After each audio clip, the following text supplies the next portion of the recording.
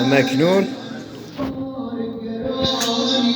در مسجد صاحب الزمان در چی اینجا اسمش؟ آشپزخونه.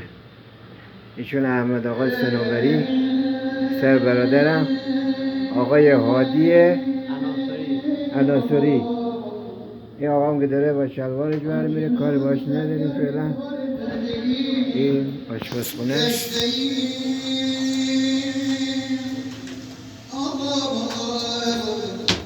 اینا رو ما زمانی که کار میکردیم در مغازه میگفتیم استیک. یا آبجوش بدیم، ولی اسمش استکانه، در ایران میگن استکان، ما میگفتیم استیک.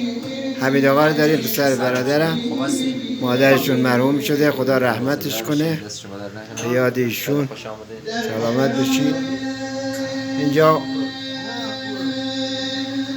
مسیر وسیله دارن، کمک های اولیه، برق و یخچال و غیر ذالک. همراه ما باشید در ویدئوی بعدی. پاینده جهان برقرار جهانیان.